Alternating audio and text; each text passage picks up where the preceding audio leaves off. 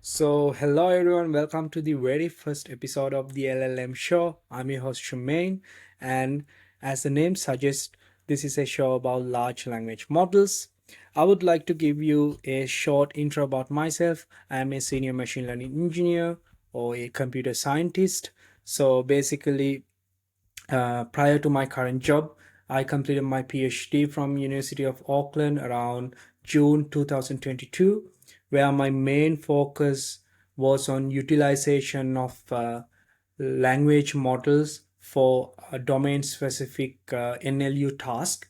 Mainly, I covered areas like abstractive summarization, multimodal emotional recognition, question answering, information retrieval, and also things like retrieval augmentation. Since 2019, I've been familiar with language models like BERT, Roberta, GPT-2, Wave to Wake, those kind of models.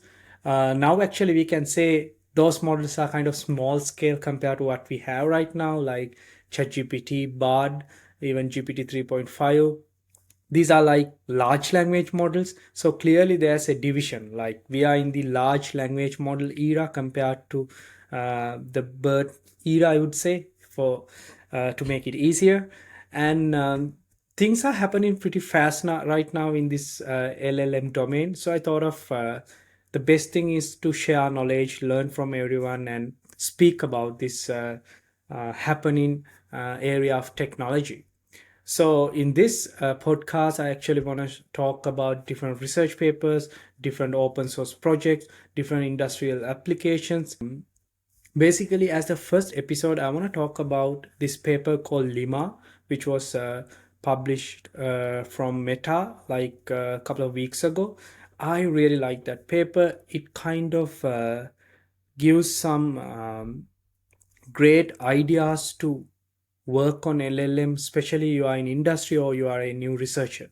It kind of, I would say, can change the course of this LLM flow, and I think it's a really amazing paper with a lot of good empirical findings. So I thought of like, why not go through that paper so I also can learn some stuff. And yeah, let's go through the paper. So let's go to abstract. So like their contribution and their claims are kind of pretty crystal clear even from the abstract. What they say is, right now, if you want to create a model like ChatGPT, you need to follow certain steps. Those steps are like, first you need to train a large language model with a huge unsupervised data set, maybe on a self-supervised task like next word prediction. And then you need to use that checkpoint and then train it in a supervised way with a large instruction fine-tuning dataset. And then once you have that model, you need to go through this reinforcement learning from human feedback setup. This is basically what ChatGPT has done behind the scenes, right? But what these authors say is, hey, we don't need to collect huge amount of instruction fine-tuning dataset, which is a supervised dataset. Also, we don't need reinforcement learning from human feedback setup.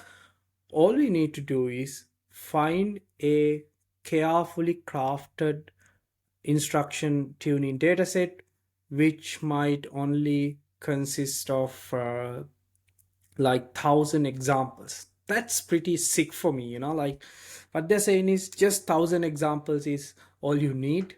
But these 1,000 examples should come in a carefully curated manner. Like that means kind of you need some clean data. And what they say is their model sometimes can even perform on par or better than with GPT-4. Nice fact. I really like this thing, like what they have mentioned. So what they say is like almost all knowledge in large language models is learned during the pre-training, and only limited instruction tuning data is necessary to teach models to produce high quality output. That means next word prediction is all you need, because we are training with trillions of tokens. and we are training with like all the data from everywhere. Like so if model want to learn something, that's enough. Like next word prediction is enough, like whatever the rules, whatever the knowledge.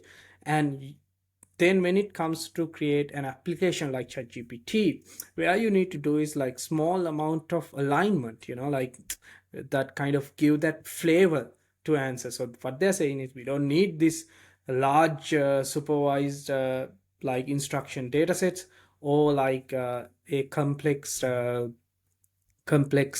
reinforcement learning from human feedback. And yeah, like maybe like just I'll just refresh your memory on ChatGPT fine tuning, which is like pretty much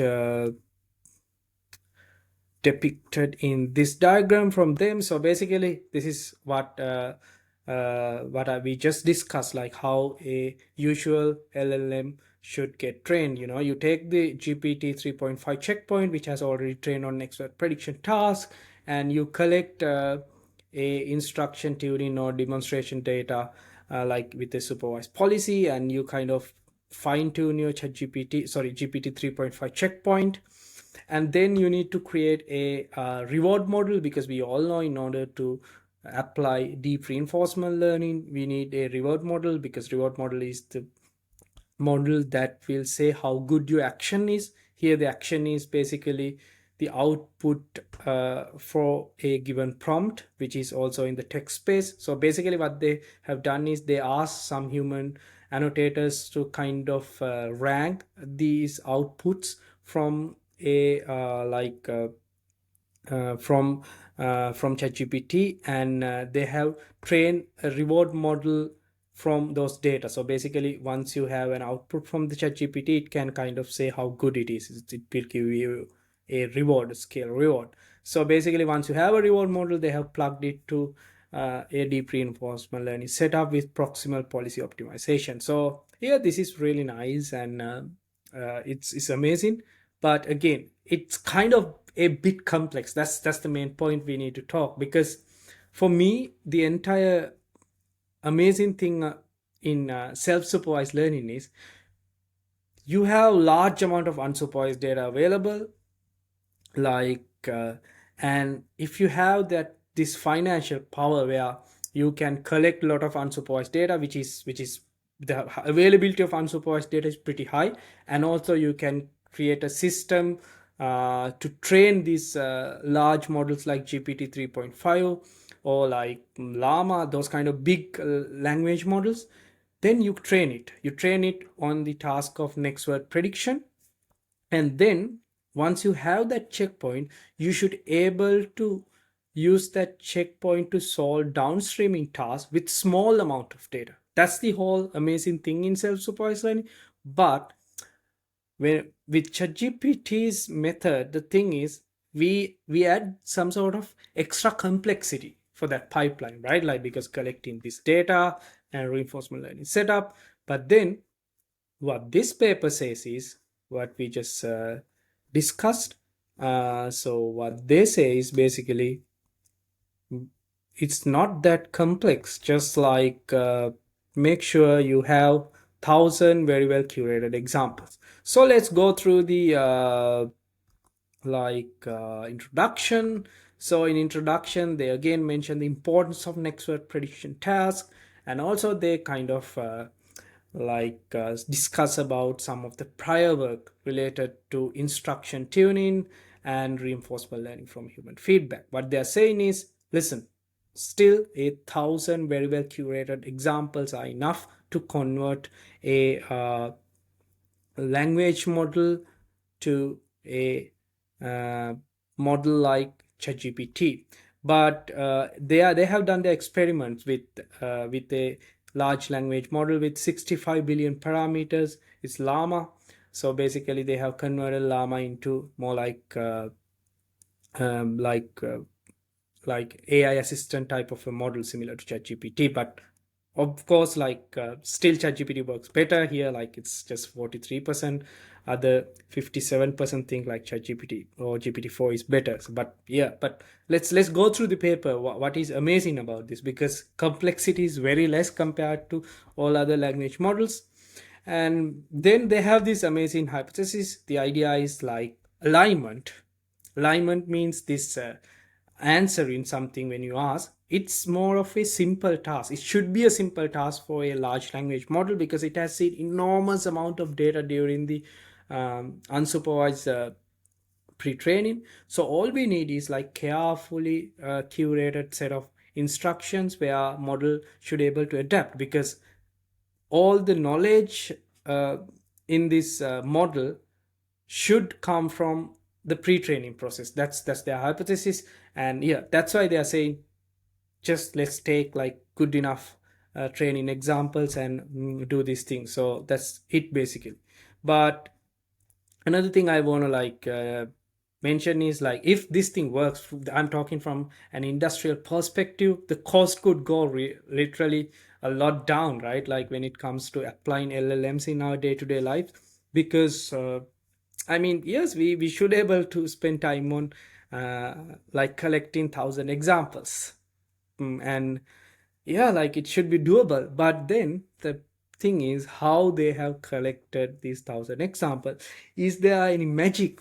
But that's the most important part. It's not that magical. It's like a normal thing, like they have followed. But yeah, let's see how they have collected their data set. So next part of the introduction, they give some glimpses of like their data collection process. Basically, the idea is going data centric. Like data centric AI means like high quality data can make a difference rather than huge quantity, huge quantity of unfiltered data. So what I like about this paper is they have mentioned each and every detail of data collection. It's just amazing, like, so basically, what they say is they use 1,000 training examples, but these 1,000 training examples, how like in these 1,000 training examples, they say there are like 750 examples that directly comes from like that directly come from community forums like Stack Exchange, WikiHow, Reddit, and like natural instructions. And then they also ask like some of their group members to write another 250 examples. I think like these 250 examples are very well created. Let's see how it has been done. Um, and yeah, like then what they have done is they have like kind of mixed these two data sources, 750 from these public forums and 250 from their group, and they kind of have trained their 65 billion parameter model. So I like this concept, the mix, the data mix. I'm a big fan. That means like models can learn from different sources. And so clearly speaking, like they have actually put a lot of effort on these 250 examples. Of course, they have collected 1,000, but 750 comes from public forums. And let's see how they have filtered these 750 examples. But yeah, so see, like this is like kind of interesting, right? Like it's simpler than I thought. I thought they might use some magical things during the data collection part, but seems like it's not. Then towards the end of the introduction, and they kind of explain a bit of their experimental results, kind of again giving some glimpses. So basically, again, they say they have done this experiment settings. So the experiment setting is fairly simple. They have created high quality 300 example test data set, and then they ask other counterparts models to kind of generate an answer. Like they could be things like like GPT-4, Cloud, and Bard. And of course they also used their own model LIMA.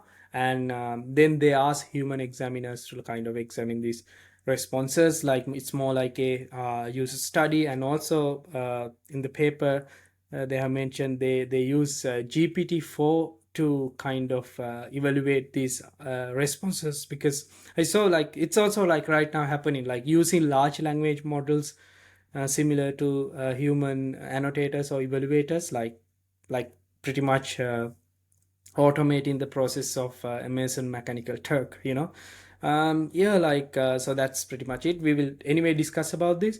And yeah, then kind of they give this hey, listen, this paper has ablation experiments. Like, I like it because recently papers from OpenAI uh, haven't had much of ablation studies, but these people are, hey, listen, we have done ablation studies on number of data, which is amazing. Like how they have come up with this idea of 1,000, and diversity of the data, how it would work. So yeah, this is a solid work. I kind of like it. Kudos.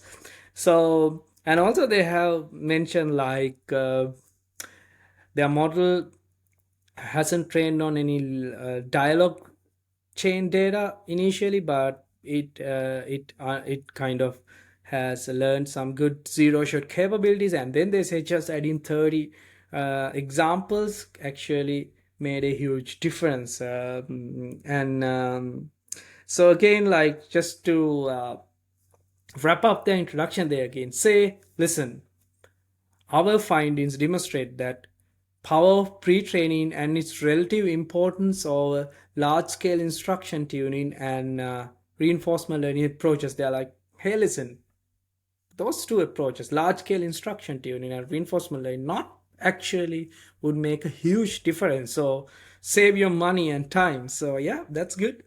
So next, let's go to this section, alignment of data. This is amazing because this paper is all about again data, so they need to come up with how they actually created this data set. So again, like in the beginning, they talk about superficial alignment hypothesis. It's basically yes, what we discussed, model knows everything.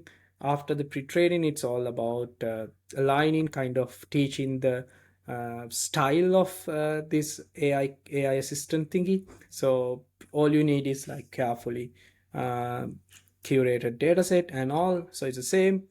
And uh, so the idea is we need this small data set, because then the large language model, which has already trained, can kind of learn the style of output responses. And then they also mention like so it would be nice to have diverse input prompts, like yeah, that kind of pretty evident from this table. From this table you can see you have different sources, and they even put like number of examples, and and also their own group. So it's pretty chill, like it's every detail is there actually regarding the data set. I have never seen this kind of a paper before. So mm, then they go through each and everything. So how they have selected those like the input and output responses from each public forum. Like, so when it comes to Stack Exchange, they had divided the Stack Exchange into different categories, which include programming, math, physics, and everything, and also like some things like English, cooking, travel, and more. So then what they have done is they have sampled 200 questions, and then I'm interested in like how they have used this, because there should be much more questions and answers. So yes, this is the thing. So basically like they have only selected questions with the highest scores, which is pretty fair, like that. And also these questions have a title. That means like, so they can use it as the input prompt, I would say. And yeah, like also when it comes to answers, they have only selected top answers for each question. And also like top answers means strong positive score at least 10. So yeah, it's kind of pretty using like all these metrics to collect data from public forums, which is good. Then they have removed some of the examples where you start your input prompt with I or my, which is pretty cool. And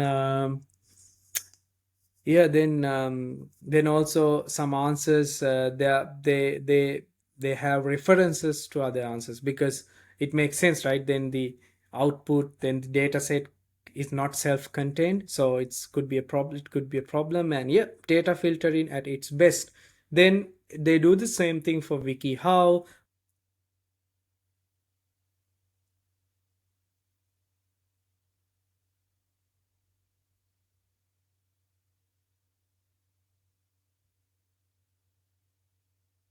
Yes, so seems like when it comes to WikiHow, they haven't done uh, much of a filtering, because it's already a nice data set, but they have sampled 200 articles with 19 categories, because then yes, then again, that data set is pretty diverse, like those 200 examples are pretty diverse.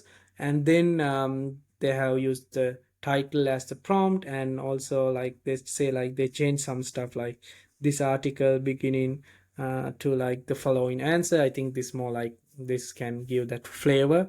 And also they have removed like examples as well. So again, so for Reddit, they have used some subreddit threads like Ask Reddit and writing prompts.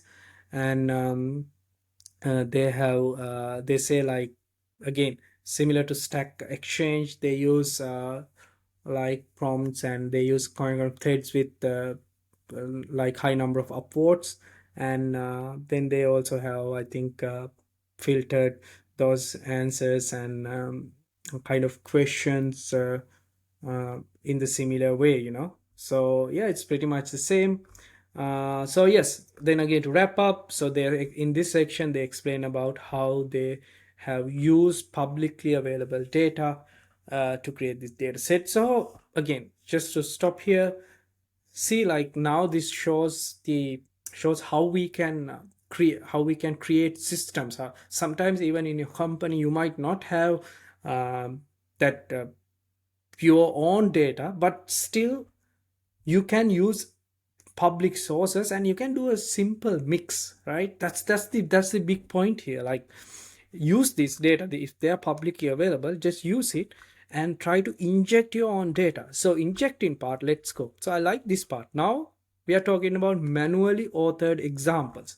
So again, to like refresh your knowledge, um, remember, like, we have data from different sources, and this is a big part, like, because they ask their group members to write. So let's see how hard they try to write these questions and answers. And so they have divided their members into group A and B, ask each set of people to create 250 prompts each, right? And it's, they don't have any, you can see they don't have any um like criteria, what kind of questions. Just use your own interest and your friends ones. I mean, I hope like these people in the group have different interests. That's a big thing, like, because most of the time my friends, we have similar taste. But yeah, uh, so yeah, then they have selected 200 prompts from group A to training, and 50 prompts as a development set. Then actually they ask another group, right, group B, to kind of create 250 examples, but they have only taken 230, maybe other 20 is like gibberish or something. And anyway, they have used this stuff for the test data set, right? And yeah, just quickly let's look at the table. Test data set comes from, this is slow. Yes, and oh, test dataset comes from, yes, some one subreddit thread that has not used in trading. So I like the splitting of trading test dev, because this is also really an important thing, like, especially this kind of NLP stuff. Just come up with the best way to create your test training and validation splits, because it should cover your edge cases sometimes, so don't always follow 60-20-20 thing. Just be creative, right? Especially in the industry, we have different problems, right? I actually do that thing a lot in my work, and I mean, I'm still learning, yes, but it's an important thing. And then yes, so uh like so then they explain like how what are the other instructions they have given to these group members when it comes to like create this data set. They have then so then they explain about what kind of instructions they gave to their group members when it comes to creating this dataset. So there's not much, but I like this instruction, which is important. So they have said for these members, listen, when you are writing your answer, add some acknowledgement of the question, then you write the answer. I think this can help the training process a lot, because then you kind of uh, you kind of try to gather thoughts, right, when you're trying to generate an answer um while summarizing the question. So just think from the human perspective, then we also try to gather the question again and then try to generate the answer. So they say like this is not something new. People have already shown, like prior work have already shown this is an effective method. So it's called chain of thoughts in prompt learning. Yes, just read this prompt learning stuff. It's very fascinating. We should do a video on prompt learning as well. Mm, so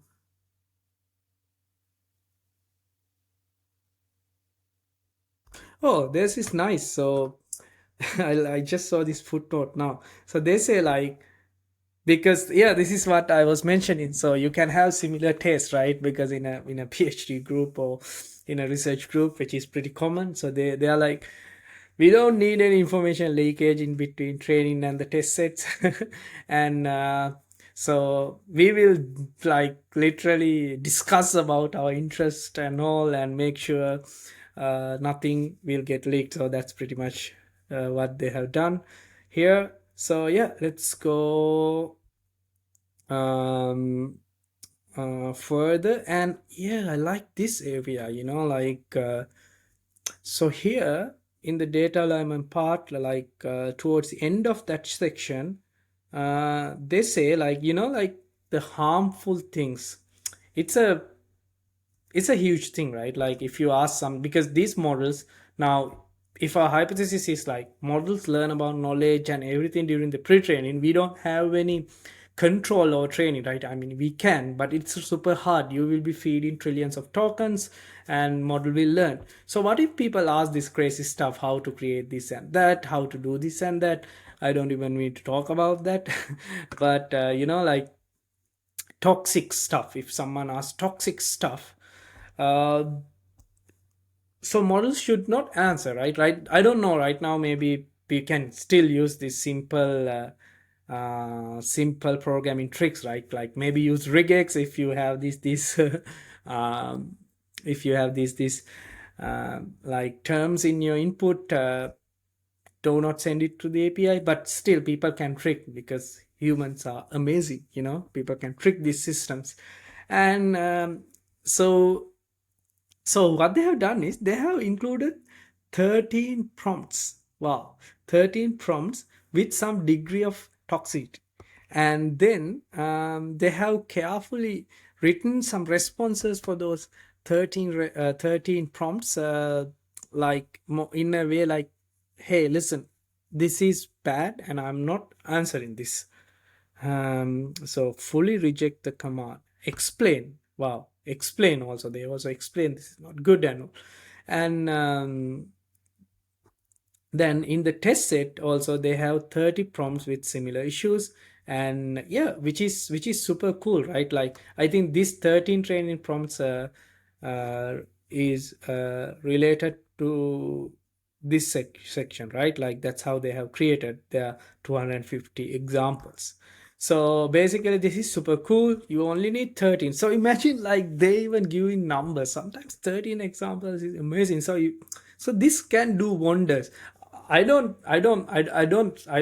personally don't believe this is still in the level of GPT-4 or ChatGPT. But my point is, we sometimes don't need that level of a general large language model for our own task in your small application or something. So sometimes we can use a normal large language model and kind of do some wonders, with this kind of a method. So again, data is important. Let's go data centric. That's I like the concept. And uh, so they say like after their manually authored examples, they also sample 50 training examples from supernatural instructions, which is a data set. And they say comes from 50 tasks like summarization, paraphrases, style transfer, and they have picked single like example from each task. So that means these 50 examples consist of different tasks. It asks the model to like paraphrase this thing, summarize this thing, which is pretty cool. So again, to Newton. So to wrap up this section, authors have mentioned about some prior work and their opinion towards collecting this kind of very well curated data set. What they say is prior work says maybe use like automated stuff, like knowledge distillation, other automatic means, like like ask another model to generate data, because this this method is laborious. But and also they say like we should optimize stuff like quantity over quality. But then again, what authors of LIMA says is then again what the authors of LIMA uh, says, like, listen, quality is important, it's not the quantity. Like, we can make this happen with high quality data set, which is like a small scale data set with 1,000 examples. So yes, now let's go to training LLaMa. Yes, the training part is amazing. We love transformer training, right? Because it doesn't matter it comes from meta, or it is a 15 billion parameter model, 35 billion, 65 billion, or a BERT model from Hugging Face, whatever it is. We have some set of like this parameters where we can always use. Like, yes, I love the learning rate of 10 to the power minus power 5. And then I also like Adam W, the optimizer. Yes, like, and they have only trained it for 15 epochs, and that's pretty much it about their training. That means they just used their training, like they have just used some normal training mechanisms. But they have mentioned the only difference of their training is they have used residual dropout. Like, it's like you can read about residual dropout, basically applying dropout or residual connections. But it's not just like the same probability. What they say is they increases the probability linearly, linearly from bottom residual layer to like top residual layer, and which is pretty cool. uh, so yeah, then also they mention about mm, so I think this is when you have turns of conversations where you have different utterances. Like, let's say you ask something, and assistant will give you something. I mean, in data, right? You ask something and there's the answer, and you ask something again. So they say, what they say is they have used a special end of turn token in between utterances. So it is similar to end of sentence token, but they didn't use the EOS because it's been already used. They didn't want to mess the system. So again, I know this is a very simple thing, but tokens matter, especially when you design the prompt. Like, make sure you use some some new ideas. Like it's all right, like try to be creative. So you can see like why they don't use EOS is sometimes maybe using EOS might hurt the entire model's performance, because model has seen EOS as end of sentence. Of course, models can kind of propagate gradients towards embeddings, but why to do it? Why to take a risk? So yeah, tokenize like adding tokens is a huge thing. I still follow this kind of stuff. I found this part actually interesting. I know it's a small thing, but yeah. So yes, then we come to the results section. Here the results section is pretty much of a human evaluation, because we all know when it comes to generative AI, human evaluation is the best way right now, because drug scores and all might not be the best. That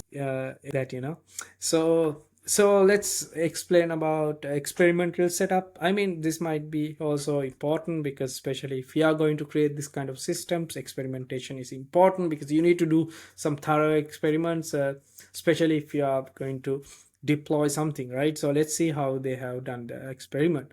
So basically the idea is, again, to summarize, you have several models, you have a test set, you input these prompts and ask the models to produce answers, and then you need to evaluate these answers with the gold standard answers, right? So they have used some human examiners, like and also they use GPT-4. This is amazing, like using AI to evaluate AI, which is I think I saw a paper, like they say like it's kind of pretty much working same as or better than I don't know better, but same as like Amazon Mechanical Turk, so which is easy and all.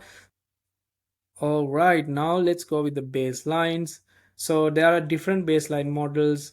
Alpaca 65 billion model that has trained with 52K training data.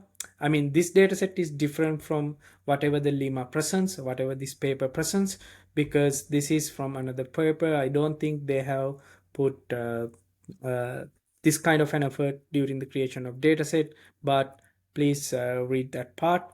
And they have also used OpenAI's DaVinci's model that has trained with uh, reinforcement learning from human feedback, and they have used another model, Cloud, which has also used like uh, which has also used reinforcement from learning from AI feedback. This is like reinforcement learning from AI feedback. So basically, I haven't read the papers, so it should be like AI giving feedback. Like evaluation comes from another AI, it's not a reward model, something like that. The reward comes from another AI, which is cool. I like it. And then, of course, GPT-4. And yeah, which is like the state of the art, according to them, like 2023 April. So yeah, experiments are very prompt, right? So um, then they say for each prompts how they have generated. So they have kept p-value of 0. 0.9 and temperature of 0.7, so which is cool. And they have used nucleus sampling, and they have limit the maximum token length to 2048, right? So they can have kind of like same length responses, and stuff, right? So now then the methodology is nice how they have done this study. So basically what they have done is, for given question, they have like generated answers from each and every model. But when they are sending these answers for the human evaluation or GPT-4 based evaluation, what they have done is they have like created pairs, like so basically you first evaluate your LIMA with GPT-4 output, then you evaluate LIMA with like BART output, then you evaluate LIMA with Claude output, like that, so basically there's a pairs like every time every so what happens is every time a human annotator will kind of compare LIMA model's output against one other model. Prompt and two possible responses generated by different models. And So then annotators were asked to like kind of label which response is better, so then the annotators had to kind of pick which response is better, or like are they same, so basically uh, they have more on their user study in the appendix. And yeah, this is pretty much it. And yes, of course, this is something we should do, inter-annotator agreement, and this is important. I kind of read this, and basically the idea is like agreement is there. And also they have found like uh, when they use human annotators and GPT-4 also as an annotator as well. So basically GPT-4 they use in the experiments as well as they use it as an annotator. So GPT-4's annotation capabilities and human annotators annotation capabilities are kind of same, because not so yes, then we come to the inter-annotator agreement. Of course, we need to come up with inter-annotator agreements when it comes to this kind of a study. So basically what they say is agreement between GPT-4 when we are using that model as an annotator versus human annotators, it's kind of same, which is pretty cool. That means we can use GPT-4 for annotated purposes. So of course we might do different studies with GPT-4 in future a lot, right? So these are like very much really good key points. These are not the main contributions, but they explain in numbers how good GPT-4 in this task. So which is good.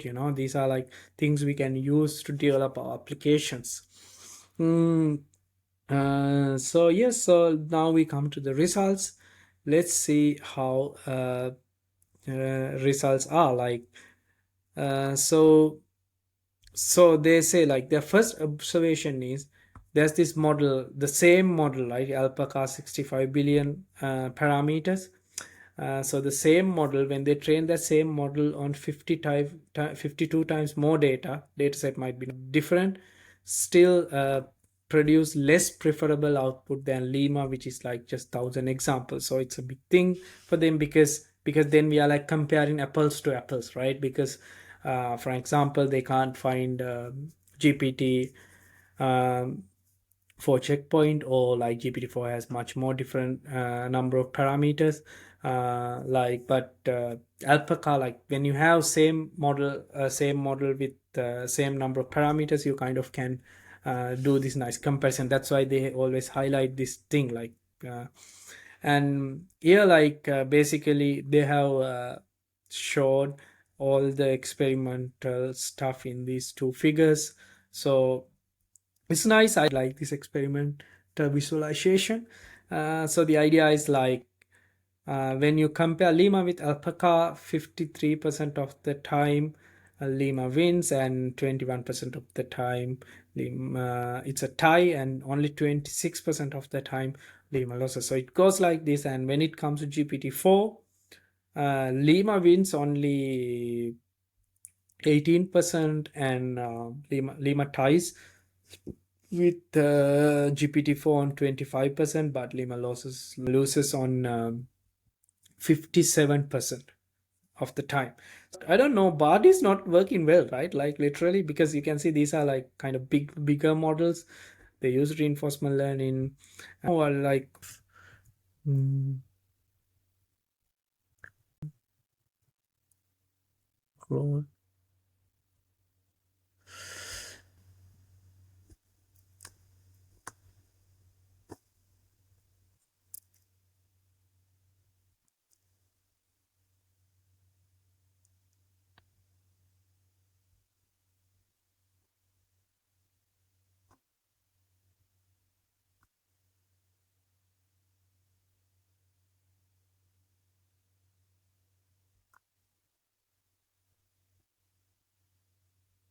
Claude is also a big model which has same number of parameters as GPT 3.5, like 175 billion parameters. So you can see like still these models perform well compared to LIMA. But again, like 175 billion versus 65 billion, and amount of data they have used during the training. But this is more like pretty open source as well. So still there's some takeaways, but you can see you can't just say like, these models do not work. Still they are the best, right? Like in terms of numbers. So it's always better to keep it in mind. And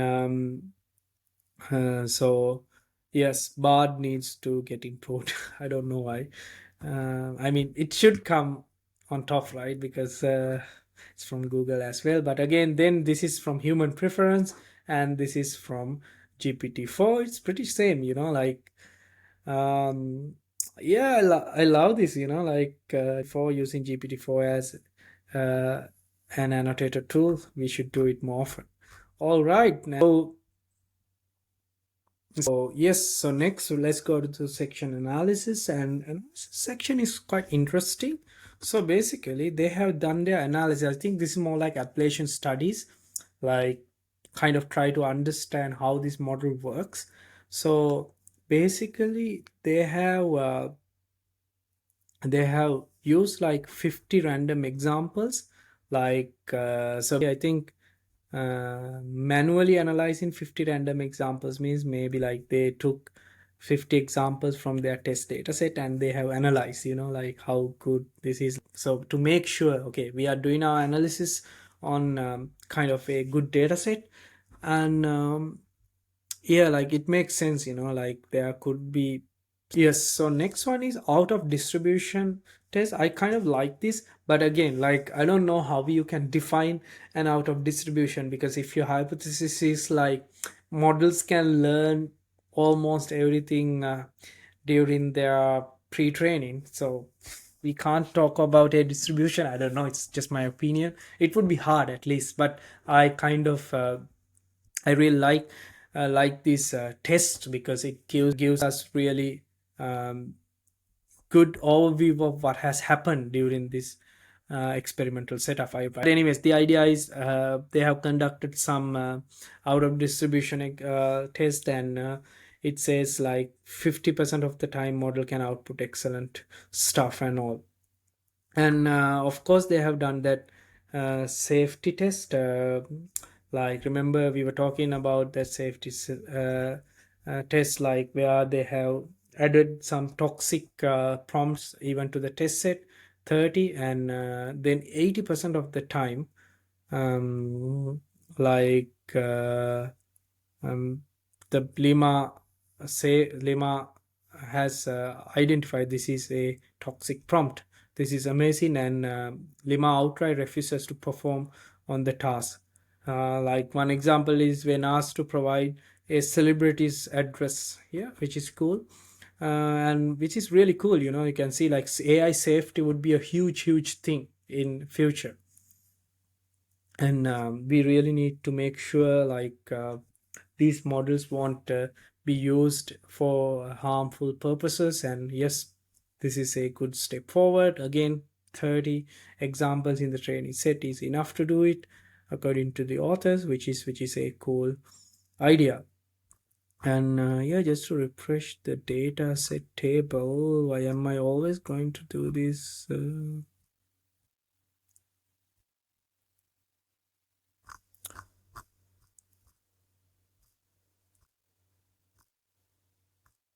So then I like this section. Why is less more? Ablation on data diversity, quality, and quantity. Boom. So when it comes to this kind of papers, people always think like, what if you increase the data set? What if you decrease the data set? Like, why thousand? Like, so answering this kind of question is the hardest. Llama model, because it. So authors have done an amazing job to answer these kind of questions. So basically they have used 7 billion parameter llama model, which makes sense, like you can't use the 65 billion parameter model all the time.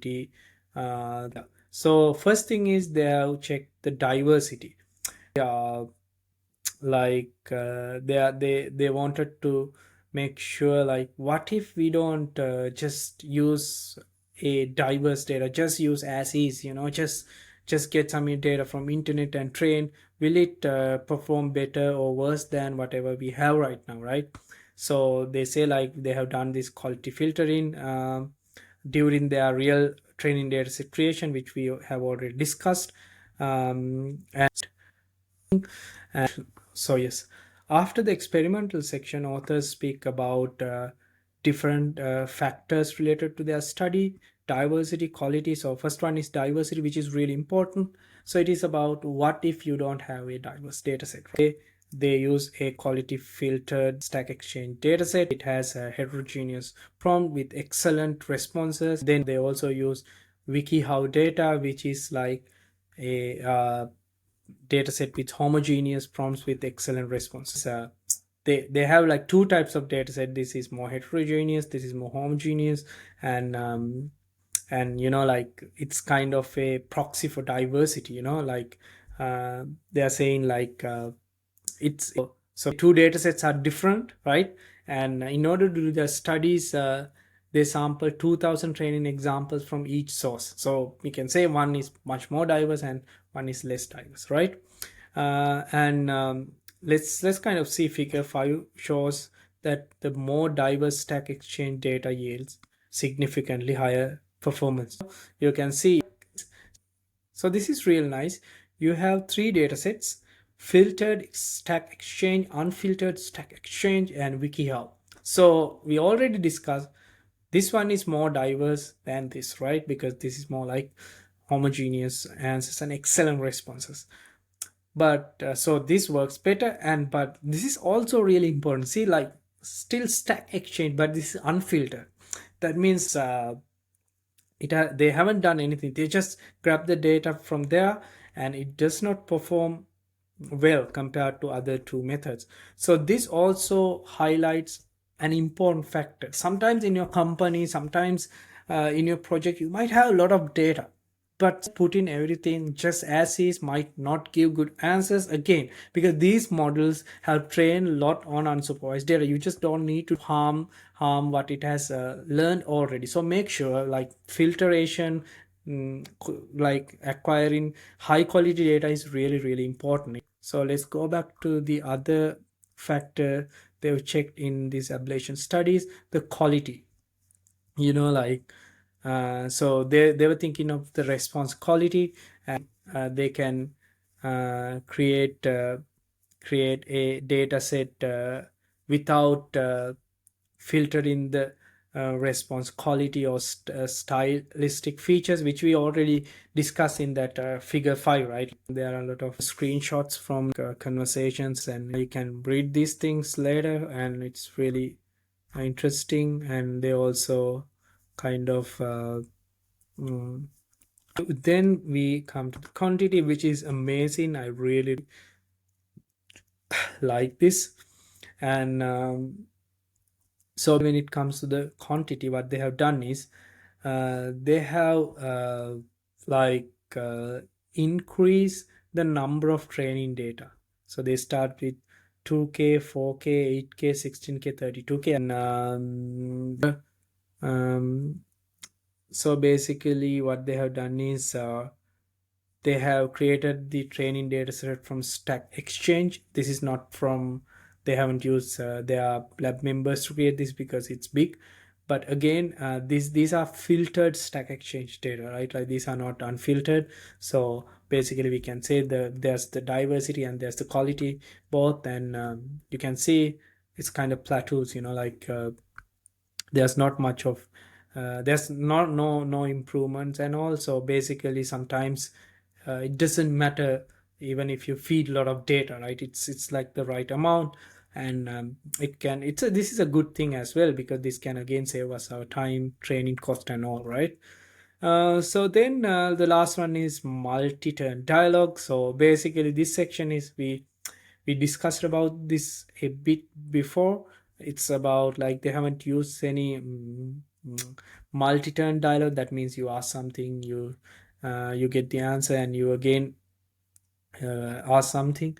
So what they're saying is first they didn't use any training data related to this multi-turn dialogue stuff. and still they have noticed the model can perform uh, perform up to certain level, especially this is about zero shot capabilities.